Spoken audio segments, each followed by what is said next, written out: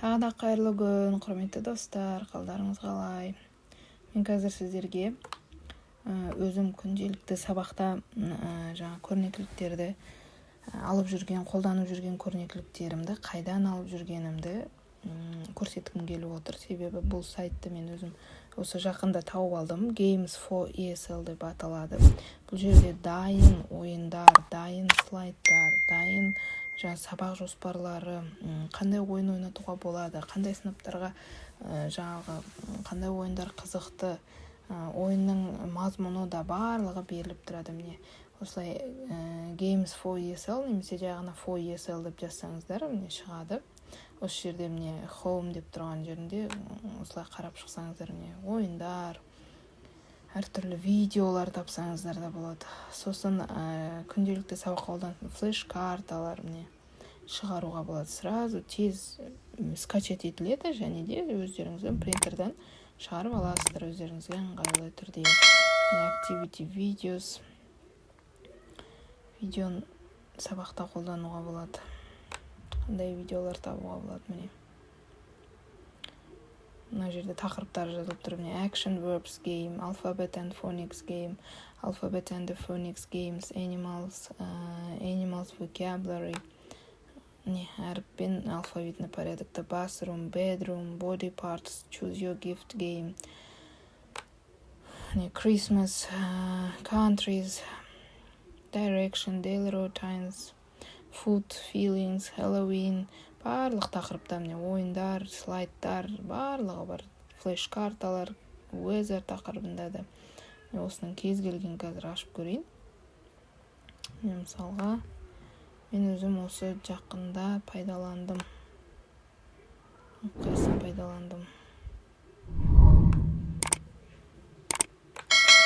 Big and small деген пайдаландым ғой.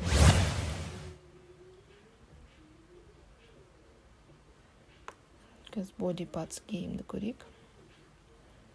Осылай шығады, түсіндірмесі шығады, сосын скачать етуге ссылка шығады. Мынау YouTube'да дайын видео екен. Осы видеоны көрсетсеңіздер болады. Мен копировать деп, мына жерде копировать ссылку деп, ссылкасын копировать етіп аласыздар. Сосын балаларға көрсете бересіздер.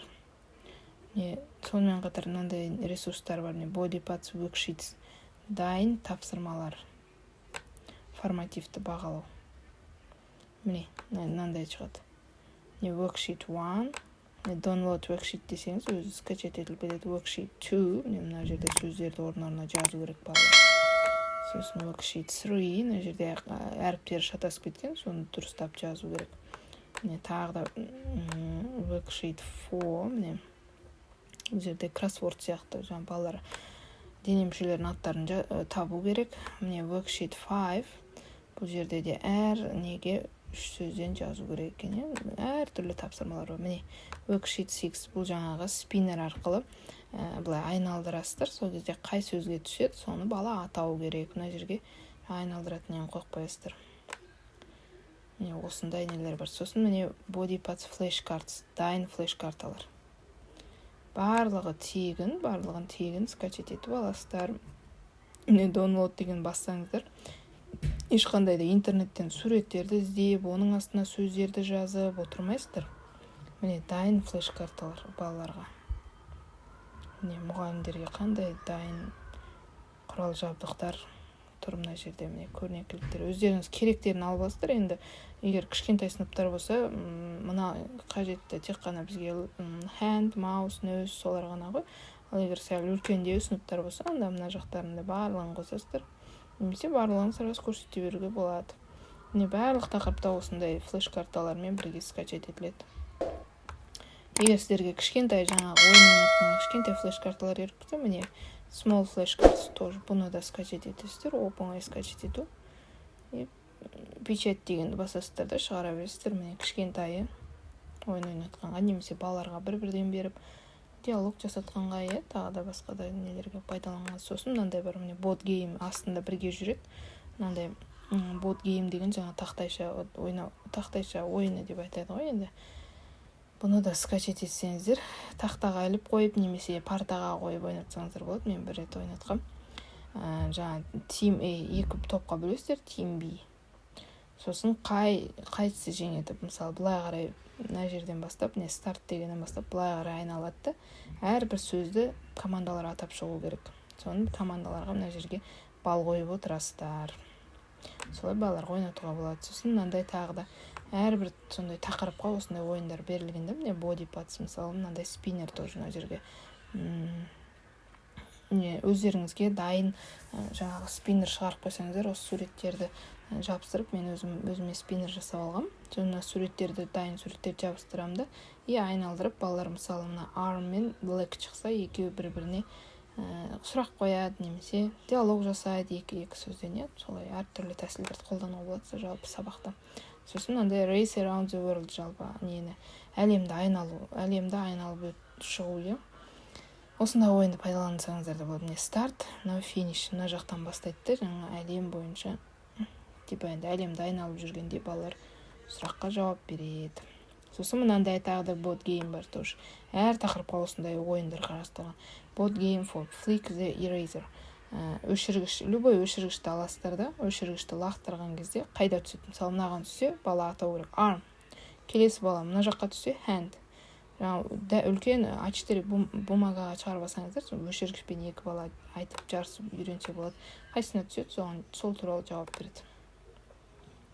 Осындайлар бар. Сосын body parts quiz, lesson plan десеңіздер, сабақ шығады кәдімгідей. Quiz тапсырмасын орындаса болады. Can you name these body parts in English деп тұр. Старт. Прям онлайн тақтада, егер интернеттеріңіз болса, кабинетте осындай ойнап берсеңіздер болады. Старт деп. What is this? Бұлар таңдау керек. Дұрыс емес сразу шығады. Сабақта қандай күшті қолданған. Келесі. Ear. Уже сабақты қорытындылағанға жаңа тақырып қорытындылағанға өте пайдалы. Тек қана бастауыш сыныптарға ғана емес, сонымен қатар үлкен сыныптарға да, 9, 10, 11-лерге де бұл жерде көптеген көрнекіліктер таба аласыздар. Мысалы, мен ең алғаш қолданған көрнекілік ойыным жаңағы 10 сыныптарға ойнаттым. Ол жаңа сөздерді меңгергеннен кейін жаңа сөздерді пысықтау үшін осындай Sleeping Penguins Game деген ойынды тауып алдым.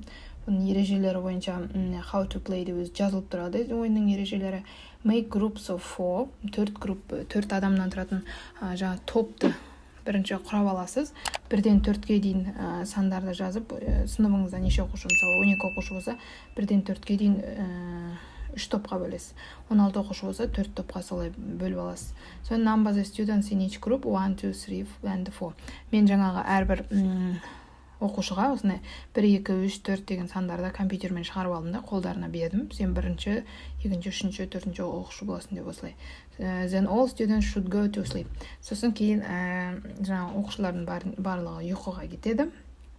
Сосын мұғалім number 1 деген кезде бірінші номерлі оқушылар ғана оянады.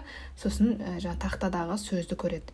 Сосын кейін number 2 дегенде екінші оқушы оянады, number 3 дегенде үшінші, сөйтіп number 4 дегенде төртінші оқушы ояну керек. Сөйтіп 4 сөзді оқушылар, топтағы оқушылар көреді да. Сосын сол 4 сөзден бір сөйлем құрап шығу керек. Мен оны тағы да күрделендіріп, басқаша қолданып жібердім. Мысалы, мына жерде ready, go to sleep деймін ғой. Сол жерде өстіп слайдты ауыстырып тұрасыздар, асықпай.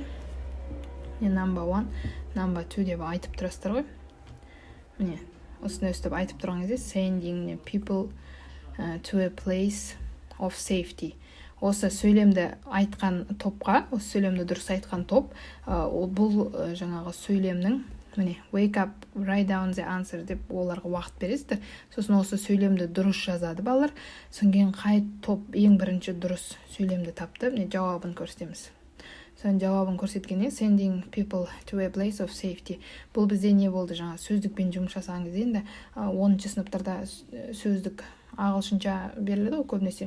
Сосын осыны бір сөзбен біз не деп айтамыз? Бұл не дегеніңізде, типа жұмбақ сияқты. Мен жасырып жібердім оқушыларға. Сонда оқушылар сразу тапты, жаңа эвакуация, адамдарды қауіпсіз жерге эвакуациялау деп. Осын жауабын тапты.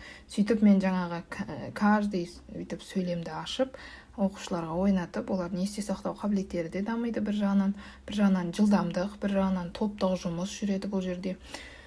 Сосын жаңағы ойлау қабілеттерін де дамытады және фантазияларын да дамытады. Мысалы осы сөйлемде the world led to a huge loss of life дегенде оның не екенін де табады, сөйлемді есіне түсіреді да бұрынғы сөзді қайталайды. Бұл жерде сөздікті қайталайды, жаңа сөздерді, өткен сөздерді. Міне осындай ойынды ойнатып жіберсеңіздер болады үлкен сыныптарға. Енді қазір кіші сыныптарға қандай ойын ойнатуға болады соны көрсетіп берейін. Екінші сыныптарға мен жаңа айттым, big and small деген мынандай ойын тауып алдым. Big and small. Тура осындай тақырыпқа байланысты. Сол уақытта тақырып болып жатқан. Мен балаларға өстіп көрсетіп отырдым да. Мынаны балалар жаңа басында айтады. Сосын мынандай жасырын сөз кетеді. Look at the picture and guess if it is big or small. Big or small. Балалар айтады, бұл big или small деп жаңа жарысып айтады. Сосын жауабы ол it's a small. It's a small egg. Бұл жаңағы кішкентай екен, сөйтіп балаларға өте қызықты, жаңа күліп, олар жарысып, топпен жарысып жауап берді. Міне, барлығын өстіп көрсетіп отырасыздар. Слайдпен дайын слайдтар ойын түрінде сабақты өте қызықты сабақты өткізуге болады. Сіздерге міне осыны көрсетейін деген, мына жерде даже поискқа жазып өздеріңіз тақырыптарыңызды жазсаңыздар да болады. Мен бұрын іздеген numbers мысалы. Numbers деген қойсаңыздар.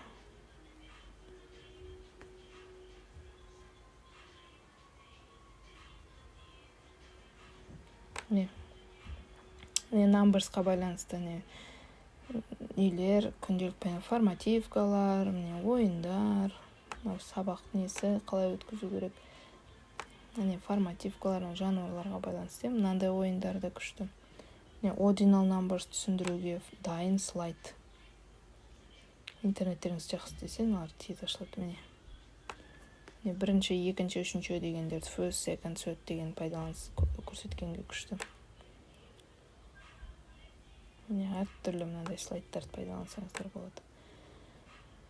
Мен берген ақпараттарым өте пайдалы деп ойлаймын. Сіздерге пайдалы болды деп ойлаймын. Сол үшін каналыма тіркеліп, лайк басып кетуді ұмытпаңыздар.